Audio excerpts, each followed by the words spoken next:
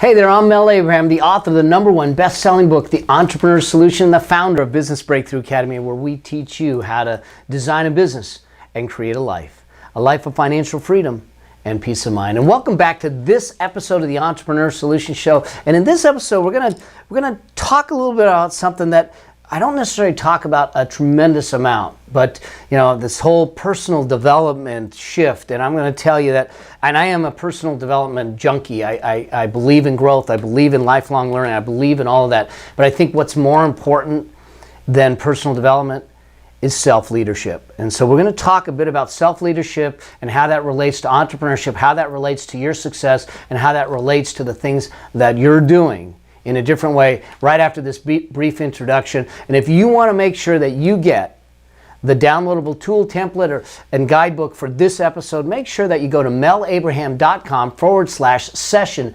036. And if you're not at your computer, then just text My Legacy, one word, no spaces, My Legacy to 38470. And we'll see you right back here after this brief introduction. We'll talk about self-leadership. See you soon. Bye. Welcome to the Entrepreneur Solution, where highly successful entrepreneur Mel Abraham becomes your entrepreneurial mentor. Here, Mel reveals his business building strategies and even gets a chance to answer your questions. Mel Abraham, a CPA by education, but an entrepreneur by exhilaration, and a true believer in the entrepreneurial way of life. It's through entrepreneurship that we create community, support society, and live our dreams. It's where possibility meets reality again, and you can have the life and lifestyle you want, one of freedom and peace of mind. Welcome to this episode of the Entrepreneur Solution, where it's time for you to be bold, dream big, and live life your way. Hey there, I'm Mel Abraham, and welcome back to this episode of the Entrepreneur Solution. And in this episode, like I said, we're going to talk a bit about what I call self-leadership, what I call the funnel of self-leadership. Now, I've been involved in the personal development space, the growth space, the expert space, the business space for decades, for 3+ decades now. And so I am a product of constant lifelong learning. I am a product of this environment. So I think that I don't mean to be flippant when I say personal development. It's not that important. It is. It's tremendously important. But I think that we need to start with ourselves first in the context of how we lead ourselves. And I think that this is not to get on a soapbox, but I think we're lacking this in society today. I think that we're lacking it in business today. I think we're lacking it in some of our youth today. I think we're lacking it in society. And I don't think that we're holding people to a standard and that we're not self-aware of the things that we're doing. So this is my framework that I use for what I call self-leadership, the funnel of self-leadership. And it's to allow you to shift your life, to shift the things you're doing, to create a path that moves you from being accidental or coincidental to intentional. Many times there's people that are successful in spite of themselves. But what I want you to do, what I'm inviting you to do, what I'd love to, think about it for your life. Wouldn't it be cool that you sit back and you say, here's my goal. This is where I want to go. And you set that path and you create it so it is based upon your intent and not just some coincidence, not just some happenstance, not just some accidental happening that you go, wow, I was successful, but you actually engineer it. And this is the process that I think that will shift things for you when you do this and you're constantly working from this. And I think the first phase of this, the first stage of this is what I call awareness. Everything begins with awareness. If we're not aware, we can't shift things. If we're totally oblivious, we all know people. We all know people that are kind of going through life oblivious to what's going on around them. They'll get into a conversation, or you may be in have you ever had this happen? You're in this really intimate, deep conversation, and you're having this serious discussion, and in comes this person that is totally unaware of their surroundings and what's going on, and they just bust in, hey, and they're they're loud, they're intrusive, they're vibrant and they're funny and all of that, but their timing's way off. I mean, we've all been there. I'm sure that you've been there, and it's about being self-aware. Being self-aware about what you know, what you don't know, and where you want to go. That's the first stage, is really, what is your awareness? What is going on? And sometimes we just happen to know that. We're good at it, we're in tune with it. We've got what some people call sensory acuity, sensory awareness. Others we need to actually specifically set down, or certain aspects of your life. I know for me, I look at my life, I'm pretty self-aware about a lot of things that go around me. But there's times that I'm not self-aware about other things that maybe I need to do around the house and that type of thing. So I need to consciously work on that self-awareness, because unless I become aware of it, I cannot shift it, I cannot change it, and I can't do anything about it. So when we then do that, we not only become aware of our surroundings and what we do and don't know, we also start to focus on building our ability. The next stage is that when I become aware, I now have the ability to say, let me build the core knowledge, the core skills, the core tactics, the core understanding that exists to allow me to start to elevate, to start to escalate, to start to accelerate the things that I'm doing. So start with awareness. Then I look at maybe some gaps in my skill set, my strengths, my knowledge, my understanding, and say, all right, so now let me nurture, let me cultivate, let me calculatedly go out and develop those skills, and specifically in a disciplined way, start to develop those skills. Once we are aware and we start to develop the skills, we go to this next stage, stage 3, which is really about the application. This is about taking action. This is about doing the stuff. This is about getting out there and actually making it happen. I mean, many of the times I'm going to training programs and seminars and conferences, and I'm speaking at them, and I see the same people. Conference after conference after conference. They got notebooks, and they're taking notes, and they're taking pictures, and they're buying stuff, but they never go out and do anything with it. At some point, if we want to make a shift, at some point, if we want our life to change, at some point, if we want to have an impact, at some point, we got to go do something. We got to go take action. But what happens is, and I talked about this in the last episode, is we get this, the perfectionist syndrome.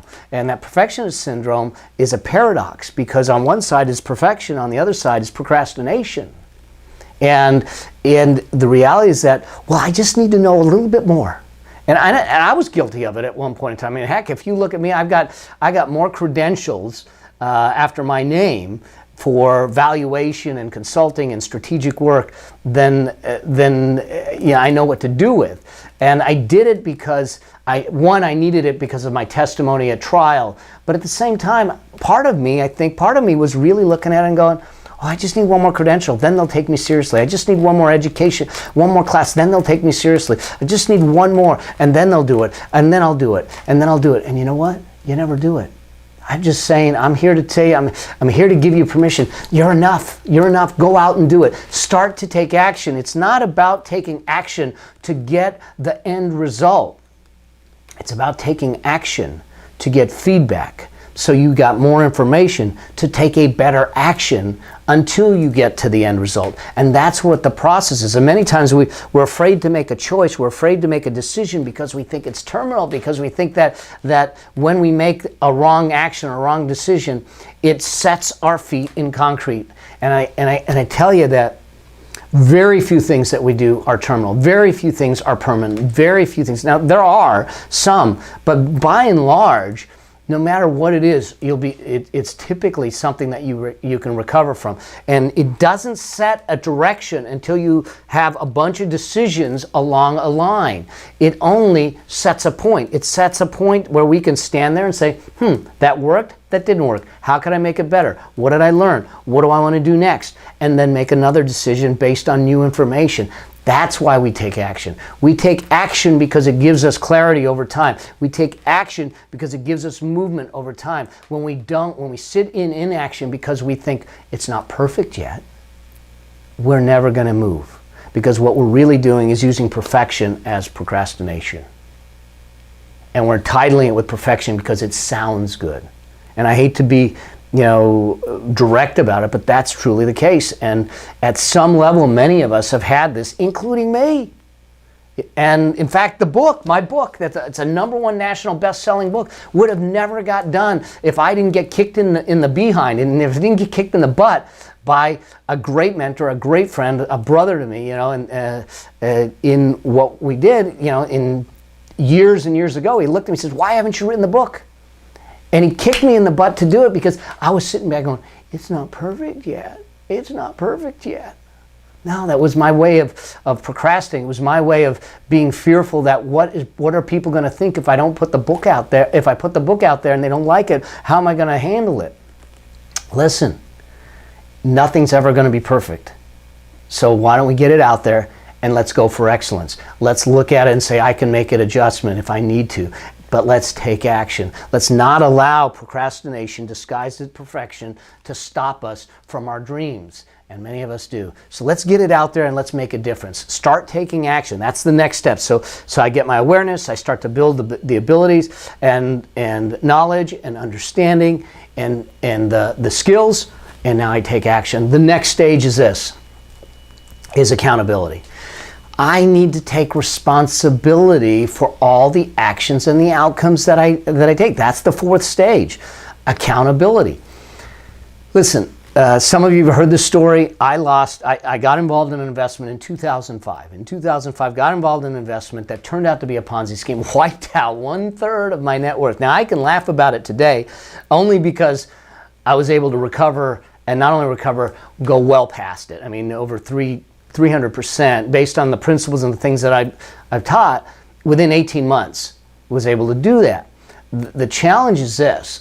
There's no way I would have been able to recover. There's no way I would have taken the action. There's no way that I would have built the knowledge and the skills and the tactics and strategies to recover if I was not willing to take responsibility. If I was simply going to point the finger and say, well, it's the economy's fault. It's because he was a thief and he stole from me and it's his fault. Or any of the things, when I start to point things out outside of me, then I have no ability to shift or change things. Now, granted, he is a thief. He's a deceitful little schmuck that stole money and stole people's lives. Now, he didn't steal mine because we were able to rebuild it. But I know people that have suffered and have continued to suffer since 2005, since he did that. Now, he's rotten in jail right now, and it's where he belongs. Sorry about the emotional detour. But by the same token, I needed to acknowledge and take responsibility for the fact that, one, I got involved with it, two, I stayed involved with it, and then I had to look at it and say, what did I learn? Why did I make the choices? What caused me to make the choices? How do I make sure it doesn't happen again? It's the only way to grow. So we need to be accountable for our outcomes. We need to be accountable for our actions and take responsibility for that. When we do, we can then move to the fifth stage, which is acceptance.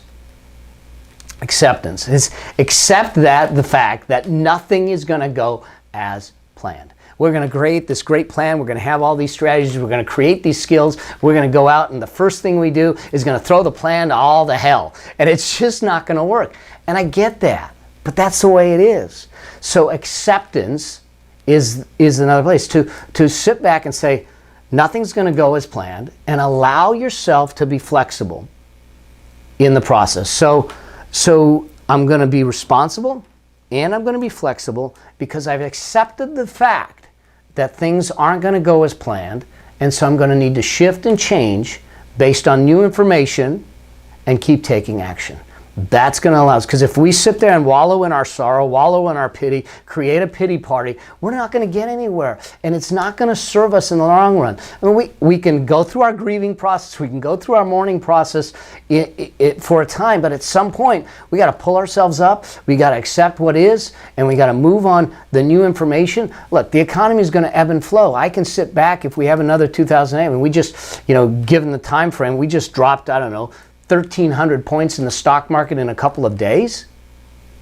Now, I could wallow in fear and freak out, or I can accept what is and say, what's the new decisions I need to make take responsibility, and move on. So that next stage is acceptance, and then the final stage is this, assertiveness.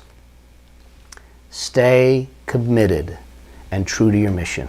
Stay true to your purpose. No matter the obstacles, no matter the frustrations, no matter the resistance, stay true. Churchill said, never, never, never, ever, ever give up. And those words have never been truer than in an entrepreneur's world, in a business person's world. So it's really about understanding that and saying, let me stay attached to my why. Let me stay attached to the reason that I'm here. Let me stay attached to what impact I'm having. Let me stay attached to that and stay true to the mission and find the ability to navigate. Find the ways to move around it. Many people have fallen into struggle. Many people have transcended it and moved beyond it. You know, people have heard me speak about Robin Chase, who was the founder of Zipcar. I mean, here's a mother with children and a husband, and she's created this company, and she's going, they're down to $68 in their bank account. They're ready to file for bankruptcy. And that's when they get funded and ultimately sell the company for $1 billion. And her life and everything has shifted because she stayed true to a mission. She stayed true to a purpose. But she listened, she took responsibility, she took acceptance, and she took action. She listened to what was going on, made some changes, and was flexible in the process. So stay true to your mission, stay attached to it, and keep moving at all levels. And so when you think about this in the context of business, and I think we've talked about it here, but just being aware of what you know and what you don't know becomes important in business, because now I know what talent I need to bring in, what talent I need to hire out or outsource in doing that. But they also figure out in that process of being aware what the core functions are of the business, the core value drivers of the business, that the way I create value for my customers and my team. And now I create a process to develop that in me as the entrepreneur and my team as the support to the entrepreneur. And then we take some concerted action. We execute. Remember, there's two things that drive your business: the decisions you make and the execution you do. So one of the biggest failures for business is the failure to execute, or execution failure.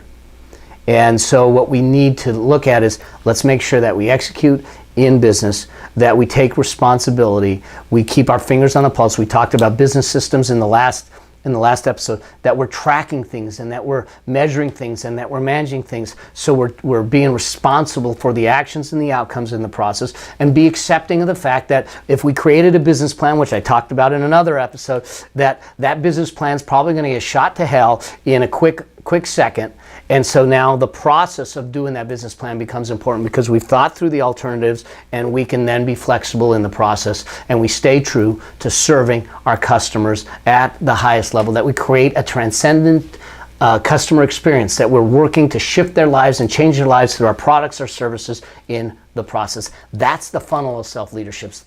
That's what I think is really important. And you dedicate yourself to this constant process of self-leadership, to self-growth. Some people will call it personal development, but I think it begins with self first and then goes outward into the world in an entrepreneurial endeavor. So focus on that and ask yourself the questions as you move through it. Am I being aware? Am I developing the ability? Am I applying it? Am I taking action? Am I being accountable and responsible? Am I accepting the things as they are so I can shift and move from that? And am I staying true to the purpose? And when you do, and you do that over time, persistently and consistently over time, you will be surprised at what happens. So that's my funnel of self-leadership. I hope you found that of value. I hope you found that this useful. If you're looking for tools, tactics, and templates, stay with me here. That's what this is about. It's about your success. It's about your wealth. It's about your freedom. It's about your peace of mind. It's about your entrepreneurial drive and your entrepreneurial endeavors. So make sure you subscribe to stay with me and do that. If you want the tools and templates from this episode, just go to melabraham.com/session 036.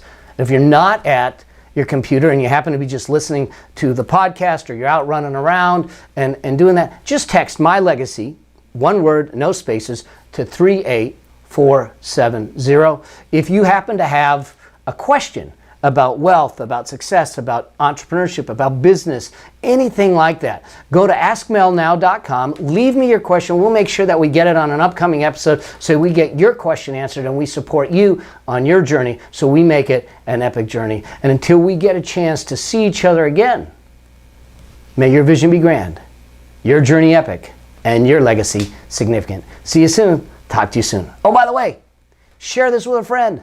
We want to make sure that we have a whole big community of entrepreneurs, an army of entrepreneurs out there making a difference. So share this with a friend. I'll see you next time. Thanks a lot. See you soon. Cheers. Bye.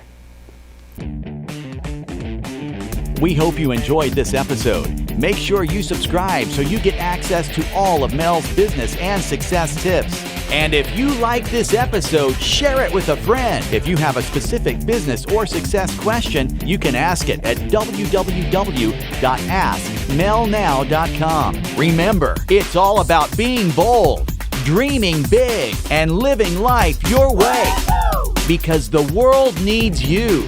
Until the next episode, may your vision be grand, your journey epic, and your legacy significant.